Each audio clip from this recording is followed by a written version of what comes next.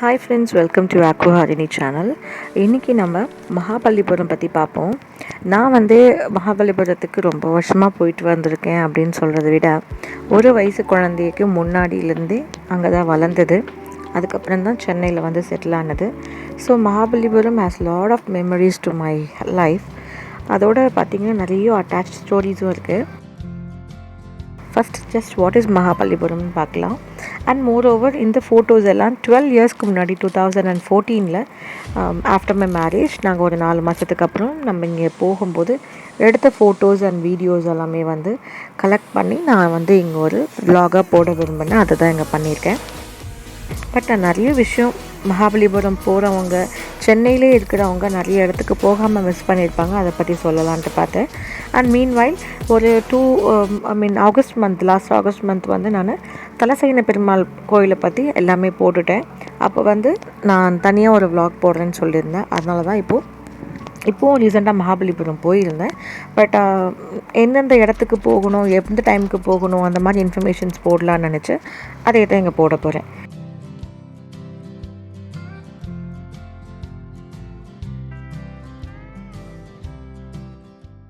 வாங்க ஃப்ரெண்ட்ஸ், வீடியோக்குள்ளே போகலாம். இது வரைக்கும் என்னை சப்ஸ்கிரைப் பண்ணாமல் பார்த்துட்ருக்கீங்கன்னா please go and subscribe. And இதுதான் என்னோடய first edited video of proper tools. So இந்த வீடியோ எப்படி இருக்குன்னு எனக்கு கமெண்ட்ஸில் சொல்லுங்கள் ஃப்ரெண்ட்ஸ். திருக்கடல்மல்லை மாமல்லபுரம் இந்தியாவின் தமிழ்நாட்டு மாநிலத்தில் அமைஞ்சிருக்கு. செங்கல்பட்டு மாவட்டம், திருக்கழுக்குன்றம் ஊராட்சி ஒன்றியத்தில் இருக்குது ஒரு பேரூராட்சி. இது 7ஆம் நூற்றாண்டில் பல்லவ நாட்டில் முக்கிய துறைமுகமாக விளங்கிய இந்த நகரம் மகாபலிபுரம், ஆங்கிலத்தில் மாமல்லபுரம் அப்படின்னு அழைக்கப்படுறது. இங்கு உள்நாட்டு மற்றும் வெளிநாட்டு சுற்றுலா பயணிகள் அதிக அளவில் செல்வாங்க. இது யுனெஸ்கோ வேர்ல்ட் ஹெரிட்டேஜோட பாரம்பரியமான ஒரு பிளேஸ்க்கு பேர் போன ஒரு இடம். இது எங்கே இருக்குதுன்னு பார்த்தீங்கன்னா, சென்னையிலேருந்து தெற்கு 62 கிலோமீட்டர் தொலைவிலும், காஞ்சிபுரத்துலேருந்து 67 கிலோமீட்டர் தொலைவிலும், அருகமைந்த தொடர்ந்து நிலையம் 31 கிலோமீட்டரில் செங்கல்பட்டும் இருக்குது.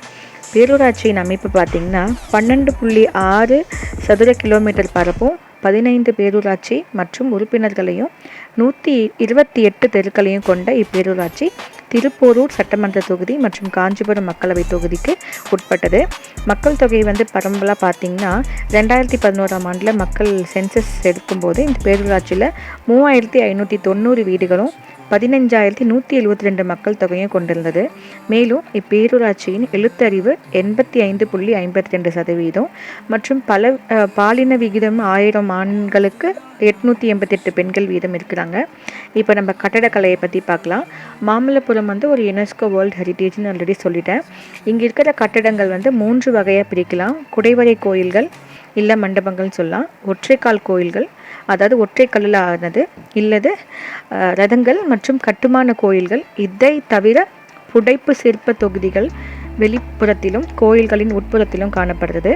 மாமல்லபுரத்தில் சிற்பங்கள் மிக நளினமாகவும் இயல்பானவையாகவும் இருப்பதாலும் கடற்கரை கோயில்கள், ரதங்கள், புடைப்பு சிற்ப தொகுதிகள் போன்ற சிறப்பு வாய்ந்தவை பல இருப்பதாலும் மாமல்லபுர நினைவு சின்னங்களை உலக பண்பாட்டு சின்னம் என்று 1984 யுனெஸ்கோ அறிவித்தது. உலக பாரம்பரியங்களில் ஒன்றான மாமல்லபுரம் தொல்லியல் களத்தை இந்திய தொல்லியல் ஆய்வகமாக பராமரித்து வருகிறது. இதோட பெயர் காரணம் பார்க்கலாம். மாமல்லபுரம் என்பதற்கு என்ன பெயர் காரணம் அப்படின்னா, ஒருமுறை நரசிம்மராகிய மாமல்லர் தனது தந்தையுடன் உலா சென்றபோது ஒரு பாறையின் மீது யானையின் படம் வரைந்தார். அதை பார்த்த பிறகுதான் அவர் தந்தைக்கு பாறைகளில் அழியா கோயில்கள் கட்ட வேண்டும் என்ற எண்ணம் தோன்றியிருக்கு. அதனால் அவர் பெயரையே இந்த நகருக்கு இட்டுட்டாரு. மண்டபங்கள் பெரும் பாறை ஒன்றின் முகப்பை மட்டும் பட்டையாக செதுக்கி அதன் பின் உள்நோக்கி குடைந்த வகையில் உருவாக்கப்பட்டவையே இந்த வகை கோயில்கள். இவற்றின் பின்புற சுவற்றில் கருவறைகளும் அதற்கு முன்பாக அர்த்த மண்டபம், முகமண்டபம் ஆகிய முன்னுரைகளையும் இருக்கும். கட்டுமானத்தை தாங்கும் வகையில் தூண்கள் செதுக்கப்பட்டிருக்கும். இவ்வகை கோயில்கள் ஒரு கருவறை அல்லது 3 கருவறைகள் அல்லது 5 கருவறைகள் கூட இருக்கலாம். எல்லா கோயில்களிலும் கருவறைக்கு முன் அர்த்த மண்டபம் இருக்கும். சிலவற்றில் மட்டுமே முகமண்டபம் என்ற அர்த்த மண்டபத்துக்கு கருவறைக்கும் இடைப்பட்ட இடம் ஒன்று இருக்கும். கருவறைக்குள்ளே யார் இருக்காருன்னு பார்த்தீங்கன்னா, சிவன் கோயில், திருமால் கோயில், பிரம்மன், துர்க்கை, சுப்பிரமணியர் ஆகிய தெய்வங்களானவை. இந்த தெய்வங்கள் சில கருவறைகளில் சிலையாகி பின் சுவரில் வடிவமைக்கப்பட்டுள்ளன. ஆனால் எல்லா கருவறைகளிலும் அப்படி இல்லை. மரத்தில் செதுக்கப்பட்டதோ அல்லது துணியில் வரையப்பட்டு மரச்சட்டத்தில் பொருத்தப்பட்டதோ உள்ள வைக்கப்பட்டிருக்கலாம் என்கிறார்கள் அறிஞர்கள். சிவனுக்குரிய கருவறைகளில் லிங்கத்தை நட்டு வைத்திருப்பதற்கான குழி காணப்படுகிறது. சில கருவறைகளில் லிங்கமும் இருக்குது. ஒவ்வொரு கருவறைக்கும் வெளியே 2 துவார பாலகர்கள் இருப்பாங்க, வாயில் காப்பாளர்கள்னு சொல்லுவாங்க. இந்த சிற்பங்கள் பார்க்கலாம். பெண் தெய்வம் துர்கை இந்த மாதிரி அம்மன் கோயிலில் பார்த்தீங்கன்னா வாயில் காப்பாளர்களுக்கு பெண் காப்பாளர்கள் இருப்பாங்க. மாமல்லபுரத்தில் இருக்கும் மண்டபம் என்னென்ன இருக்குதுன்னு பார்க்கலாம். வராக மண்டபம், மகிஷாசுரமர்த்தினி மண்டபம், ராமானுஷ மண்டபம், மும்மூர்த்திகள் மண்டபம், கோடிக்கல் மண்டபம், கோனேரி மண்டபம், அதேனசண்ட மண்டபம், ஆரம்பிக்கப்பட்டு பாதியிலே கைவிடப்பட்டு சில மண்டபங்கள் நிறைய இருக்குது. சிலன்னு சொல்ல முடியாது, நிறையவே இருக்குது. இயற்கையான பாறையில் மேலிருந்து கீழ் நோக்கி செதுக்கி தோற்றுவிக்கப்பட்ட ஒற்றைக்கல் கோயில் தேர் போல காட்சியளிப்பதால் ரதம் அப்படின்னு அழைக்கப்படுறது. இவைதான் பிற்கால கோயில்களுக்கு முன் மாதிரியாக திகழ்கின்றன. இவற்றின் மேல் பகுதி விமானம் என்று அழைக்கப்படும். மாமல்லபுர சிற்பிகள் பல்வேறு விதமான விமானங்களை சோதனை செய்து ஒவ்வொரு ரத கோயிலிலும் ஒரு கருவறை உண்டு. கருவறைக்கு இருபுறமும் வாயில் காப்போரும் உண்டு. அதான் நான் சொன்ன மாதிரி துவாரபாலகர்கள். மாமல்லபுரத்தில் இருக்கும் ரதங்கள் பார்த்திங்கன்னா பஞ்சபாண்டவ ரதம் எனப்படும் 5 ரதங்கள், அப்புறம் வளையன் குட்டை ரதம், பிடாரி ரதம் எனப்படுற 2 ரதங்கள், அப்புறம் காணேசை ரதம் அப்படின்னு 4-5 இருக்குது. இப்போ 5 ரதத்தில் தர்மராஜ ரதம், பீம ரதம், அர்ஜுன ரதம், திரௌபதி ரதம், நகுல சகாதேவ ரதம், இந்த மாதிரி 5 ரதங்களும் இருக்குது. முதலாம் நரசிம்மவர்மன் என்னும் மாமல்லனின் அதாவது அவரோட இது பார்த்திங்கன்னா 630 668 அரிய படைப்பான பஞ்சபாண்டவ ரதங்கள் என்று அழைக்கப்படும் 5 ஒற்றைக்கல் கோயில்கள் மற்றும் சில விலங்கு சிற்பங்கள் அடங்கிய 5 ரதங்கள் தொகுதி தெற்கிலிருந்து வடக்காகி சரிந்து சிறு குன்றிலிருந்து செதுக்கப்பட்டதாகும். இந்த 5 ரதங்களும் பஞ்சபாண்டவர்கள் பெயரை பெற்றிருந்தாலும் அவை மகாபாரதத்துடன் தொடர்புடையவை அல்ல. 3 அடுக்குகளுடன் 8 பட்டை சிகரத்தை திராவிட விமானம் உடைய தர்மராச ரதம் என்று, அர்ஜுன ரதம் சாலை கூண்டு வண்டி வடிவிலான சிகரத்தை உடைய பீமரதம், சதுரமான குடிசை போன்ற சிகரத்தை உடைய திரௌபதி ரதம் மற்றும் கஜபுரிஷ்டம் யானையின் பின்பக்கம் போல சிகரத்தை உடைய சகாதேவ ரதம் ஆகிய ரதங்கள் கோயில் மாதிரிகளுக்காக தோற்றுவிக்கப்பட்டவையே என்பதை அவற்றின் ஸ்துபிகள் பாறையிலிருந்து பிரிக்கப்பட்டு சிகரத்தின் மீது பொருத்தப்படாமல் இருப்பதிலிருந்து அறியலாம். தர்மராச ரதம் மாமல்லபுரத்தில் ரதங்களிலேயே மிகவும் பெரியதும் மிகவும் அழகு வாய்ந்தது தர்மராச ரதம். இந்த ரதத்தில் 3 தளங்கள் இருக்கும். மேலே உள்ள 2 தளங்களும் முழுவதுமாக முடிக்கப்பட்டுள்ளன. தரைத்தளம் முழுவதுமாக செதுக்கப்படவில்லை. மேலும் 2 தளங்களிலும் ஒவ்வொரு கருவறை இருக்கும். அதனுள்ள சோமஸ்கந்தர் சிற்பங்கள் இருக்கும். அவை தவிர 2 தளங்களும் சுற்றுகளிலும் மிக அற்புதமான சிற்பங்கள் நிரம்பியிருக்கும். ஆனால் மேலே உள்ள தளங்களுக்கு செல்ல படிகள் கிடையாது. பொதுமக்களுக்கு இந்த இடத்திற்கு சென்று பார்க்கும் அனுமதியும் கிடையாது. இந்த இடத்தை நிர்வகிக்கும் தொல்லியல் துறையின் அனுமதி கிடைத்தால் மட்டுமே இங்கு சென்று பார்க்க முடியும். நான் இதுக்கு ஃபோட்டோ உங்களுக்கு போஸ்ட் பண்ணியிருக்கேன், அதை பாருங்கள். தரைத்தளத்தில் கருவறை குடையப்படவில்லை. ஆனால் அதன் 8 மூலைகளிலும் 8 அழகான சிற்பங்கள் காணப்படுகின்றன. அவை அர்த்தநாதீஸ்வரர் சிவனும் பார்வதியும் இணைந்த சிற்பம், ஹரிஹரன் சிவனும் திருமாலும் இணைந்த சிற்பம், சுப்பிரமணியன் பைரவன் வடிவில் சிவன், மேலும் 2 வேறு சிவன், பிரம்மன் மற்றும் நரசிம்மவர்ம பல்லவன். நரசிம்மவர்மனின் விருது பெயர்கள் பல்லவ கிராந்த எழுத்துக்களில் தரைத்தளம் முழுவதிலும் பொறிக்கப்பட்டிருக்கும். அர்த்தநாதீஸ்வரர் சிற்பம் பல்லவர் சிற்ப காலத்திற்கு ஓர் ஒப்பற்ற சான்று. முதல் தளத்தில் மொத்தம் 40 சிற்பங்கள் பொறிக்கப்பட்டுள்ளன. இதில் 14 சிவன் வடிவங்கள்.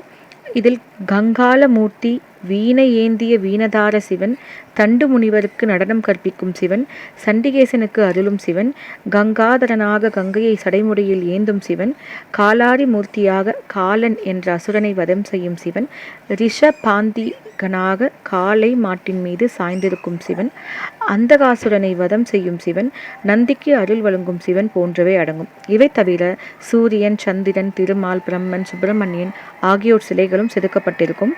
பொதுவாக இது போன்ற சிற்பங்கள் எல்லா கோயில்களிலும் காண கிடைக்கும் என்றாலும் மிக வித்தியாசமாக இந்த தலத்தில் சாதாரண கோயில் பணியாளர்களான கையில் ஓலை குடையிலை பூவுடன் ஒரு அர்ச்சகர், ஒரு பணியாளர், ஒரு சமையல்காரர், ஒரு ஓதுவர் ஆகியோரும் மிக தத்ரூபமாக வடிவமைக்கப்பட்டிருப்பாங்க. பூசைக்கு நீர் எடுத்து செல்லும் ஒரு பெண்ணின் அழகான சிற்பமும் இந்த தலத்தில் வடிவமைக்கப்பட்டிருக்கு. 2ஆம் தலத்தில் சூரியன், சந்திரன் ஆகியோரை தவிர குறிப்பிட்டு சொல்ல வேண்டிய சிற்பம் என்னன்னு பார்த்தீங்கன்னா தட்சிணாமூர்த்தி வடிவில் உள்ள ஒரு சிவன். பல்லவ சிற்பக்கலையின் உன்னதனத்துக்கு ஒரு சான்றாக தர்மராச ரதத்தை சொல்லலாம். கட்டுமான கோயில்கள் ஒரு பெரும் பாறை அல்லது குன்றை குடைந்து அல்லது மேலிருந்து செதுக்கி செய்யாமல் பல்வேறு கற்களை வெட்டி எடுத்து ஒன்றன் மீது ஒன்றாக அடுக்கி செய்யப்பட்டவையே கட்டுமான கோயில்கள். பிற்காலத்தில் தென்னிந்தியாவில் கட்டப்பட்ட கோயில்களுக்கு மாதிரியாகவும் முன்னோடியாகவும் மாமல்லபுரத்தின் இந்த கோயில்களை கருதலாம். மாமல்லபுரத்தில் மொத்தம் 3 பல்லவ கால கட்டுமான கோயில்கள் இருக்கு. முகுந்த நாயனார் கோயில் தரையில் கட்டப்பட்டது. அப்புறம் உலகொன்னை ஈஸ்வரர் கோயில் மலை மீது கட்டப்பட்டது. கடற்கரை கோயில்கள் நம்ம வழியிலே இருக்கிற மல்லிகேஸ்வரர் கோயில். கடலோர கோயில்கள் முதன்மை கட்டுரை, அதாவது கடற்கரையின் கோயில்கள் மாமல்லபுரம் அப்படின்ற ஒரு கட்டுரையிலையும் இருக்குது. மாமல்லபுரத்தின் சின்னமாக விளங்கும் கடற்கரை கோயில்கள் 2ஆம் நரசிம்மவர்மன் எனப்படும் ராஜசிம்மனால் கட்டப்பட்டவை. முதலில் இங்கு திருமால் தரையில் படுத்திருக்கும் கோலத்தில் ஒரு கோயில் இருக்கிறது. அதற்கு இரு பக்கத்திலும் கிழக்கும் நோக்கியும் மேற்கு நோக்கியும் 2 சிவன் கோயில்கள் கட்டப்பட்டிருக்கும். கிழக்கு நோக்கிய கோயில் உயரமானதாக 5 அடுக்குகள் கொண்ட கோபுரத்தை உடையதாக இருக்கும். மேற்கு நோக்கிய கோயில் சிறியதாக 3 அடுக்குகள் கொண்ட கோபுரத்தை கொண்டதாக இருக்கும். 2 கோயில்களிலும் கருவறையின் பின்புற சுவரிலும் சோமஸ்கந்தர் எனப்படும் சிவன், உமை, குழந்தை வடிவிலான குமரன் என்ற 3 தெய்வங்களும் சேர்ந்திருக்கும் சிற்பம் காணப்படும். இக்கோயிலில் உள் சுற்று ஒன்று காணப்படுகிறது. சுவரின் பல இடங்களிலும் பல்வேறு தெய்வ சிறப்பம்சங்களும் புராண பாத்திரங்களும் காண கிடைக்கும். இதோட புடைப்பு சிற்ப தொகுதிகள் பற்றி இப்போ நம்ம பார்க்கலாம். இந்தியாவிலேயே வேறு எங்கும் இல்லாத புதுமையாக மாமல்லபுரத்தில் உள்ள வெளிப்புற புடைப்பு சிற்ப தொகுதிகள் விளங்குகின்றன. வெளிப்புற சிற்ப தொகுதிகளாக இங்கு இருப்பவை அர்ஜுனன் தபசு, அர்ஜுனன் பீனன்ஸ் அப்படின்னு சொல்லுவாங்க. கண்ணன் கோவர்த்தன மலையை தூக்குதல். பிற்காலத்தில் இந்த சிற்பத்தை தொகுதி மீது ஒரு மண்டபம் கட்டப்பட்டது. முற்று பெறாத அர்ஜுனன் தபசு விலங்குகள் தொகுதி. இவை தவிர வராக மண்டபம், அதிவராக மண்டபம், ஆதிவராக மண்டபம், மகிஷாசுரமர்தினி மண்டபம் ஆகியவற்றுள் சில புடைப்பு சிற்பம் தொகுதிகளும் காணப்படும். ராமானுஜ மண்டபத்தில் உருவாக்கப்பட்ட சில புடைப்பு சிற்ப தொகுதிகள் பிற்காலத்தில் மத காழ்ப்புணர்ச்சி கொண்டோரால் செதுக்கி அளிக்கப்பட்டிருக்கு. அர்ஜுனன் தபஸ் பற்றி பார்க்கலாம். சுமார் 30 மீட்டர் உயரம், 60 மீட்டர் அகலம் கொண்ட சிற்பங்கள் செதுக்கப்பட்ட பாறையே அர்ஜுனன் தபஸ் என்று அழைக்கப்படுகிறது.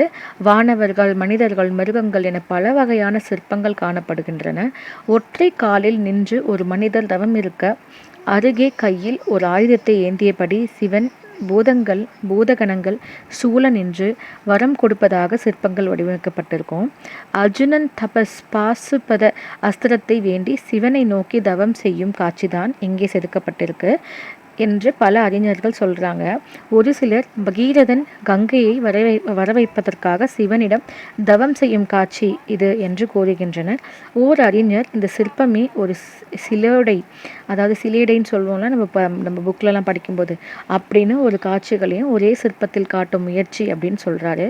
சமீபத்தில் பசுபத அஸ்திரம் வேண்டி நிற்கும் அர்ஜுனன் தான் அப்படின்னு சொல்கிறாரு. ஆனால் இந்த சிற்பம் மகாபாரதத்தில் வனபர்வத்தின், அதாவது வனபர்வம் அப்படின்ற இமயமலையை சித்தரிக்கும் காட்சி அப்படின்னு குறிப்பிட்டுள்ளார். மாமல்லபுரத்தின் அதிசயம் என்றே இந்த சிற்பத்தை தொகுதியை குறிப்பிடணும். இந்த ஒரு திறந்தவெளி பாறை சிற்பிகள் 150க்கும் மேற்பட்ட சிற்பங்களை செதுக்கியிருக்கிறாங்க.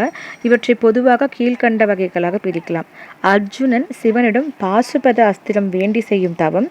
இதில் உடல் ஒட்டி எலும்பும் நரம்பும் வெளியே தெரியக்கூடிய தவக்கோலத்தில் ஒற்றை காலில் நின்று இரு கைகளையும் பூட்டி சூரிய வணக்கம் செய்யும் அர்ஜுனன், கையில் பாசுபத ஆயுதத்தை வைத்து நிற்கும் சிவன், சுற்றி பூதகணங்கள், இரு பாறை பிளவுகளுக்கு இடையே கங்கை ஆறு ஓடு வருமாறு அழகாக செய்யப்பட்டிருக்கும் பாதை, அதில் காணப்படும் நாகர்கள், மழை பொழியும் போது இந்த பாதை வழியாக ஆறு போலவே ஓடும் காட்சியை காணலாம்.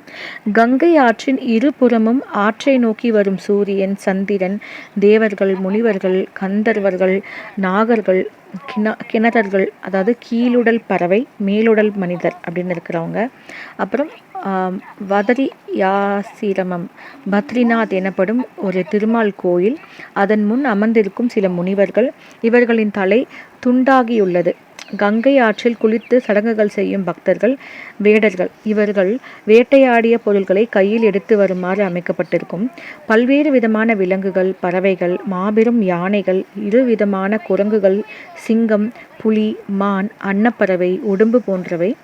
அப்புறம் பொய்த்தவ பூனை, தின்று கொழுத்த ஒரு பூனை தவம் செய்து கொண்டிருக்க அருகே பல எலிகள். பூனை திருந்திவிட்டது என்று எண்ணி தாமும் அதனுடன் சேர்ந்து கரம் கூப்பி தொழும் காட்சி.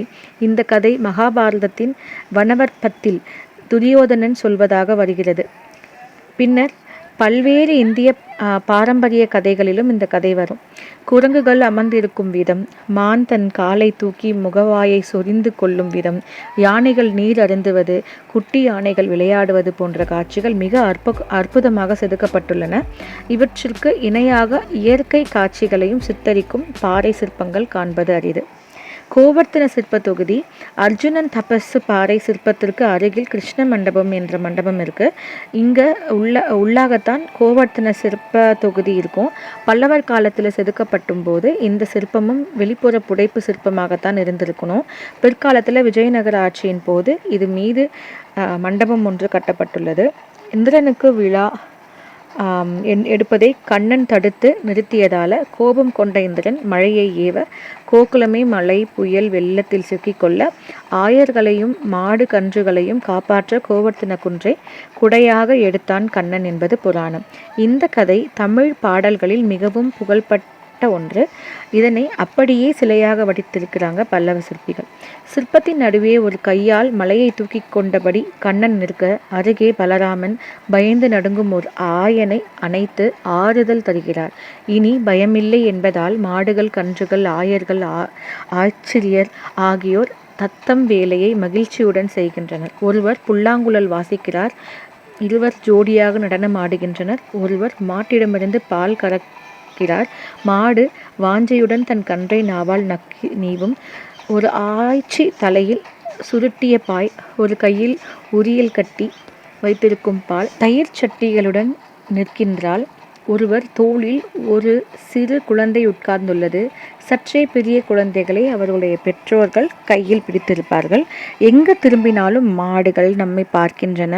முல்லை நிலக்காட்சியை அப்படியே அற்புதமாக செதுக்கியிருப்பாங்க இந்த சிற்பிகள். அப்புறம் அனந்த சைன சிற்ப தொகுதி பார்க்கலாம்.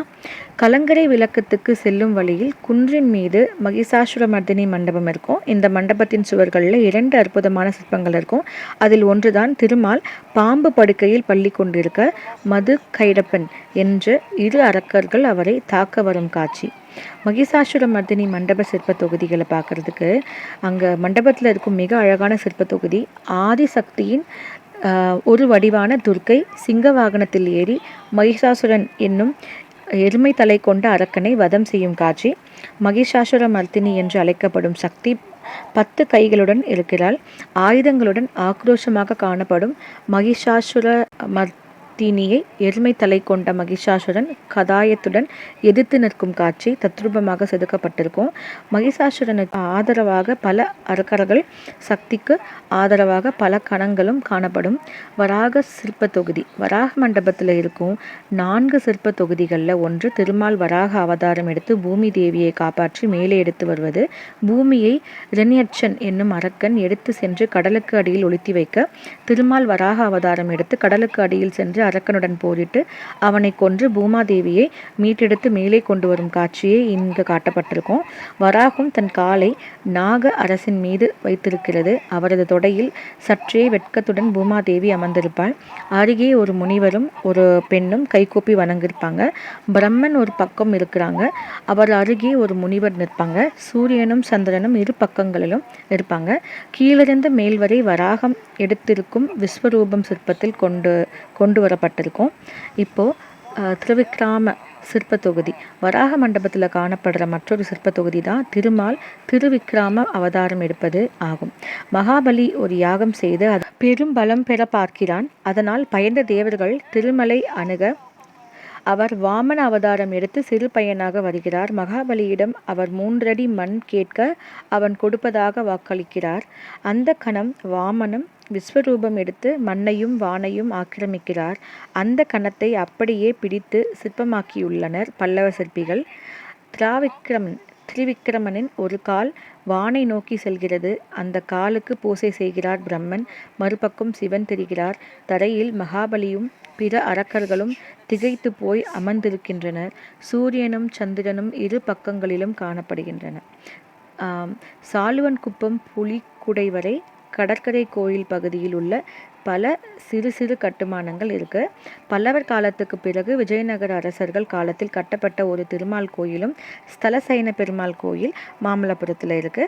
ஒரு மொட்டை கோபுரத்துடன் காணும் கோவர்த்தன சிற்ப தொகுதியின் மீது அமைக்கப்பட்டிருக்க கிருஷ்ண மண்டபமும் இக்காலத்தில் தான் கட்டப்பட்டது. இதெல்லாம் உங்களுக்கு தெரியுமான்னு எனக்கு சொல்லுங்கள். சென்னையிலேருந்து சுமார் 60 கிலோமீட்டர் தொலைவிலும் பாண்டிச்சேரியிலிருந்து 130 தொலைவிலும் அமைஞ்சிருக்கு. சின்ன டூர் பிளான் பார்க்கலாம். Once after we reach to Mahabalipuram நம்ம ஃபஸ்ட்டு வந்து என்ன பார்க்குறதா இருக்கும் பார்த்திங்கன்னா, ஒரு பேலன்ஸ்டான ஒரு கிருஷ்ணன் பட்டர் பால் இருக்கும், மேசிவ் பவுல்டர்ஸ் இருக்கும். அந்த பவுல்டர்ஸை பார்க்கலாம். ஸோ நம்ம உள்ளே வந்து என்ட்ராகிறதுக்கு முன்னாடி ஒரு ரிலாக்ஸிங் பார்க் இருக்குங்க. அந்த பார்க்கை ஃபஸ்ட்டு முடிச்சுட்டு அப்படியே ஏறினீங்கன்னா வராக கேவ், கணேச ரதம், ராக் கட் டெம்பிள் இதெல்லாம் வரும். அதுக்கப்புறம் அப்படியே பார்த்தீங்கன்னா மேலே ஏறி போனீங்கன்னா லெஃப்ட் ஹேண்ட் சைடில் கிருஷ்ண மண்டபம் இருக்கும். ரைட் ஹேண்ட் சைடில் மகிஷாசுர மர்தினி அதோட குடைவரை கோயில் இருக்கும். அதுக்கப்புறம் திரௌபதிஸ் பாத் அப்படின்ற திரௌபதி குளிக்கிற இடம், அந்த ஒரு குளம் இருக்கும். அதுக்கடுத்து பார்த்தீங்கன்னா உங்களுக்கு மலையிலேருந்து பார்த்தீங்கன்னா கோனேரி டேங்க், அதாவது கோனேரி தண்ணி இருக்கிற ஒரு நீர் நிலையம் தெரியும். அதாவது நம்ம டேங்க்குன்னு சொல்லுவோம். நம்ம கோயில் குளம் மாதிரி கோனேரி குளம் ஒன்று இருக்குது. இந்த ரோடுக்கு பேர் மாதா கோயில் ஸ்ட்ரீட்னு சொல்லி இப்போ ரீசெண்டாக பேர் மாறி இருக்குது. அதெல்லாம் நம்மளுக்கு வாங்கினா இங்கேருந்து போனீங்கன்னா மேலே வந்து ஒரு ஐஸ்வர்யா டெம்பிள் இருக்குது. அது வந்து ஹில் ராக் மேலே இருக்கும். இது வந்து பார்த்திங்கன்னா நம்மளுக்கு ஏறி போகும்போது ஒரு சிவன் கோயிலும் இருக்குது. சிவன் கோயில் பக்கத்தில் தான் உங்களுக்கு மகாபலிபுரமோட ஸ்டோன் டெம்பிள் வரும். இங்கேயே தான் உங்களுக்கு லைட் ஹவுஸும் காண்பிக்கப்படும். ஸோ லைட் ஹவுஸ் எல்லாம் முடிச்சுட்டு நீங்கள் வர நேரத்துக்கு பார்த்தீங்கன்னா உங்களுக்கு லெஃப்ட் ஹேண்ட் சைடில் வந்து க்ளோ கார்டன் இருக்கும். அது நம்ம நைட்டு பார்த்துக்கலாம். ஸோ லைட் ஹவுஸ் எல்லாம் முடிச்சிட்டிங்கன்னா மேலே வந்து ஒரு ஓலக்கணீஸ்வர அப்படின்ற ஒரு temple, 8th century Hindu Sivan temple இருக்குது. அதுக்கப்புறம் புராதனமான கலங்கரை விளக்கம் ஓல்டு லைட் ஹவுஸ் இருக்குது. நீங்கள் லைட் ஹவுஸ் மேலே ஏறி வியூ பார்க்கலாம். மாமல்லபுரம் லைட் ஹவுஸ் வந்து நம்மளுக்கு இப்போ ரீசெண்டாக வியூ பண்ணுறதுக்கும் நம்ம ஏறி போகலாம். முன்னாடியும் போகலாம், இப்பயும் போகலாம். கூட்டமாக இருக்கும்போது போகும்போது நல்லாயிருக்கும். பழைய லைட் ஹவுஸ் வந்து அந்த ஓலக்கணேஸ்வரர் டெம்பிள் இருக்குல்ல, அதுதான் வந்து பழைய லைட் ஹவுஸு. ஸோ இந்த வழியாக முடிச்சிட்டோம்னா 5 ரதாஸ் போகிற நம்மளுக்கு அந்த கோல்டன் ஸ்கல்ப்சர் செய்கிற வழியாக போனீங்கன்னா 5 ரதாஸ் வரும். அந்த வழியாக நீங்கள் கொஞ்சம் தூரம் நடக்கணும். மேபி நீங்கள் ஒரு வண்டி எடுத்துக்கிட்டோ ஆட்டோ எடுத்துகிட்டோ போனால் பக்கத்தில் இருக்கும். பக்கத்தில் நிறைய உங்களுக்கு ஜூஸ் ஷாப்ஸ் எல்லாமே இருக்குது. பட் ஸ்டில் நம்ம பஞ்சரதத்துக்கு போகும்போது அந்த மாதிரி எதாவது ரெஃப்ரெஷ் எடுத்துகிட்டு போகிறது நல்லது. ஏன்னா ரொம்ப லாங்காக போகிற மாதிரி இருக்கும். உள்ளே போன உடனே ஏஎஸ்ஐ டிக்கெட் கவுண்டர் இருக்கும். அங்கே டிக்கெட் வாங்கிட்டு நீங்கள் முதல் பார்க்குறது வந்து பார்த்திங்கன்னா திரௌபதி ரதம், அதுக்கப்புறம் பஞ்ச பாண்டவர் ரதம், அதுக்கப்புறம் பீம ரதம், திருப்பியும் வந்து உங்களுக்கு அதிலேயே வந்து எல்லாருமே சேர்ந்து இருக்கிற மாதிரி அந்த நந்தி இருக்கும். எல்லாமே இதில் பார்த்துடலாம். நான் அதையும் உங்களுக்கு வந்து இப்போ நான் காமிக்க போகிறேன். பார்த்தீங்கன்னா நிறைய ஸ்கல்ப்சர் பார்க் இருக்கும். அப்புறம் இந்தியா ஷெல் மியூசியம் இருக்கும். அது பக்கத்துலேயே வந்து நாசாவோட டைனோசரஸ் மியூசியமும் இருக்கும். இதுவும் நீங்கள் பார்க்கலாம். இதையெல்லாம் முடிச்சுட்டு நீங்கள் வரும்போது நேராக வந்து ஷோல் டெம்பிளுக்கு போயிட்டு நீங்கள் அங்கே பார்க் பண்ணிவிட்டு கொஞ்சம் தூரம் நடந்து போகிற மாதிரி இருக்கும். அங்கேயே ஒரு ஏஎஸ்ஐ டிக்கெட் கவுண்டர் இருக்கும். இப்போ வந்து நீங்கள் அந்த இடத்துல வந்து நிறைய இதுவும் பார்க்கலாம். நீங்கள் 5 ரதாஸ் முடிச்சு திருப்பி லைட் ஹவுஸ் வழியாக வந்து டு த லெஃப்ட் எடுத்திங்கன்னா உங்களுக்கு ஃபஸ்ட்டு வந்து பீச்சுக்கு போகிற ரோடு வரும். அதான் வந்து ராக் கட் ஸ்கல்ப்சர் டெம்பிள்ஸ் இருக்கும். ராக் டெம்பிள் இந்த பீச் சீஷோர் டெம்பிளுக்கு போகிற வழியில் உங்களுக்கு ரைட் ஹேண்ட் சைடில் ஒரு தெப்பக்குளம் தெரியும். அது வந்து நம்ம தலசைன பெருமாள் கோயிலோட தெப்பக்குளம் தான். இந்த கோயிலுக்கு முன்னாடி 7 பக்கோடாக்கள் வந்து தண்ணிக்குள்ளே அடிச்சுட்டு போயிருக்கிறதா வந்து நிறைய ஸ்டோரிஸ் இருக்குது. இங்கே போனீங்கன்னா உங்களுக்கு மாமல்லபுரம் டூரிசமோட ஏஎஸ்ஐ டிக்கெட் கவுண்டர் இருக்கும். நீங்கள் டிக்கெட் வாங்கிட்டு உள்ளே போனீங்கன்னா உள்ளே போயிட்டு மகாபலிபுரமோட 8th செஞ்சுரியோட 3 டெம்பிள் பார்க்கலாம். ஷோர் டெம்பிள் பக்கத்துலேயே வந்து உங்களுக்கு மகிஷாசுர மகிஷாசுர மர்தினி லாக் இருக்கும், மகிஷாசுர லாக் அப்படின்னு சொல்லுவாங்க. அதுக்கப்புறம் அந்த போர்ட் இருக்கும், துறைமுகம், மாமல்லபுரத்தோட துறைமுகம் பார்க்கலாம். அந்த பக்கத்தில் பார்த்தீங்கன்னா நிறைய குட்டி குட்டி அந்த இடங்கள் இருந்தாலும் அந்த சைட்லேயே வந்து டைகர் லாக் அப்படின்ற ஒரு இடம் இருக்குது. அதுவும் நீங்கள் பீச் ஓட்டி நடந்து போனாவே பார்க்கலாம். பட் சீஷோர் டெம்பிள்லேருந்து நம்மளால் பீச்சுக்கு கால் வைக்க முடியாது. அதுக்கு நீங்கள் மகிஷாசுர ராக்கோ இல்லை வந்து இந்த இந்த ப்ரீஸ்லாம் இருக்குன்னா இந்த பக்கத்தில் நடந்து வந்து பார்க்கலாம். பட் அந்த வந்து ரொம்ப டீப்பனான ஸோ அங்கே வந்து அட்வைசபிள் கிடையாது. ஸோ இதெல்லாம் முடிச்சுட்டு நீங்கள் வெளியில் வரும்போது உங்களுக்கு தலசைன பெருமாள் கோயில் வரும். அதாவது நீங்கள் டிக்கெட் கவுண்டர்லேருந்து வெளியில் வரும்போது உங்களுக்கு பார்த்தீங்கன்னா உங்களுக்கு தலசைன பெருமாள் கோயில் வரும். இந்த கோயில் வந்து ரொம்ப ரொம்ப அழகாக இருக்கும். கண்டிப்பாக எல்லோரும் ஒரு தடவை இந்த கோயிலுக்கு போய் பார்க்கணும் தான் நான் சொல்லுவேன். ஆல்ரெடி நான் தலசைன பெருமாள் கோயிலை பற்றி பெரிய vlog போட்டிருக்கேன், அதில் பாருங்கள். அதுக்கு அடுத்து திருக்கலிக்குன்றம் ரோடு வந்துடும். ஸோ தலசைன பெருமாள் கோயில் பார்த்தீங்கன்னா அதுக்கு எதிர்லேயும் ஒரு கோயில் இருக்குது. நான் இருங்க அதை பற்றி சொல்கிறேன். அந்த கோயில் வந்து சின்ன அளவாக தான் இருக்கும். உள்ளே வந்து அப்படியே ஒரு வாட்டர் டேங்க்கு போகிற மாதிரி காமிக்கும். நீங்கள் வந்து அந்த பீச் ரோட்லேருந்து எடுத்தாலுமே இந்த இடத்துக்கு இந்த கோயிலை வந்து பார்க்கலாம். ரொம்பவே அழகாக இருக்கும் அந்த இடம். ஸோ ஒன் லைஃப் டைம் நீங்கள் வந்து இந்த இடத்துக்கு வந்து பார்க்கணுன்னு நான் விருப்பப்படுறேன். பெருமாள் டெம்பிள் வந்து 3:30க்கு திறந்துட்டு நைட் 8 வரைக்கும் இருக்கும். அதுக்கப்புறம் நீங்கள் நைட் வந்து க்ளோ பார்க், அதாவது 6 o'clock நீங்கள் க்ளோ பார்க் வந்து 200 rupees டிக்கெட் வாங்கிட்டு போகலாம். ஸ்தலசைன பெருமாள் கோயிலுக்கு எதிரில் இருக்கிற மண்டபம் தான் பூதத்தாழ்வாரோட டெம்பிள் இருக்கிற அவரோட டெம்பிள் சாங்க்ஷன். நீங்கள் அங்கேயும் போகலாம். அதுக்கு பின்னாடி ஒரு பெரிய அழகான தெப்பக்குளம் இருக்குது. அதாவது நம்ம சீஷோர் டெம்பிளுக்கு பார்க் பண்ணுற இடத்துலேயே நீங்கள் இந்த தெப்பக்குளம் ரோடு நீங்கள் நடந்தே போய் பார்க்கலாம். ரொம்ப அழகாக இருக்கும். டு ரைட்டும் ஒரு பாக்ஸ் போட்ட ஒரு தெப்பக்குளமும், இந்த பக்கம் வந்து ஒரு ரெக்டாங்குலர் ஷேப்பில் ஒரு தெப்பக்குளமும் இருக்குங்க. என்னால் முடிஞ்ச வரைக்கும் எல்லா பிளேஸஸும் கவர் பண்ணிட்டேன். தேங்க்ஸ் ஃபார் வாட்சிங். Bye bye.